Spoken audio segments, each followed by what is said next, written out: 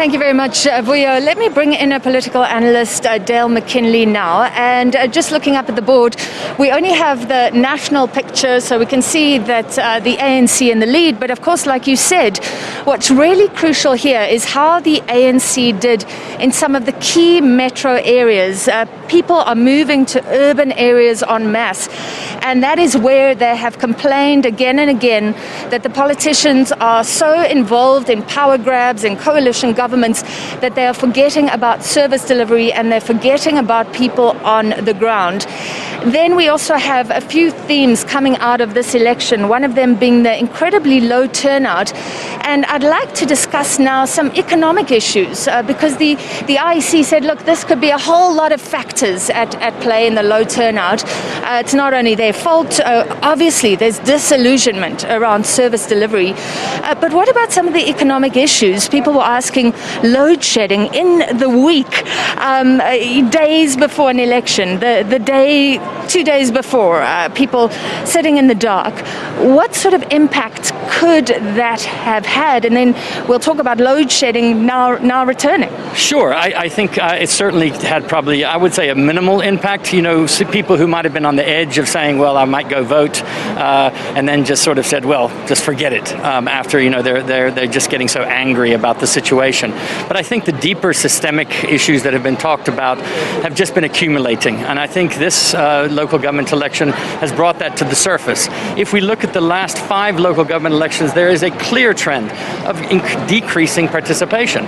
And so this, and I think you take all those factors into consideration, particularly the fact that in the last 5 years, the standard of living, the job losses, the service delivery issues, it's across the board. And people are really, I think, quite disillusioned in many cases. And the ANC is getting the brunt of that, obviously, because it's the ruling party in most cases.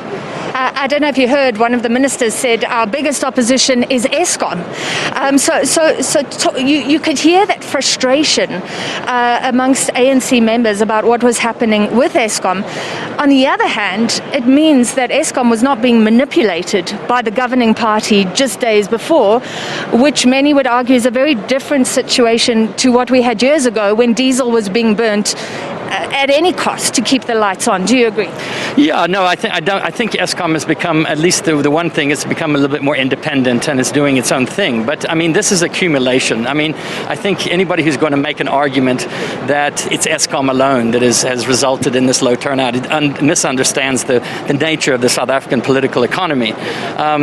Basically, what we have is a situation, I think, where there is a increasingly distrust in not just the system, but the political parties themselves. And I've been making this point quite regularly now over the last while, is that the political parties are trying to blame. They're pointing fingers at all sorts of things. And actually, they're not looking at themselves. And voters fundamentally look at the political parties and they say, what's the menu? What's the choice? And most of them said, well, there's not much of a choice there. I don't want to vote. And the vast majority, well, the majority of our population that was eligible and even registered did not vote. Despite all the new parties, all the new independent candidates, do you think they were picking up on the right issues? Because like you've said, many of those issues are economic issues that require financially complex solutions in some cases. I think there is it's sort of a sectorally, in other words, people say more houses, more jobs, we need more of these things. But nobody, it seems to me, if you look at the manifestos and if you even look at the independents, nobody has a sort of different kind of economic model that they're offering. It's sort of, we'll do a little bit better with what we have. We'll make sure there's no corruption. We'll make sure DA, governance, whatever it is. But I think what we're lacking in our political scene is a true alternative. And maybe what we're seeing is the seeds of that being born in this election with some of the independents and others coming forward, and a rethink, hopefully, by the ANC and others, that they really have to change something fundamentally. It's not good enough to tinker with the engine.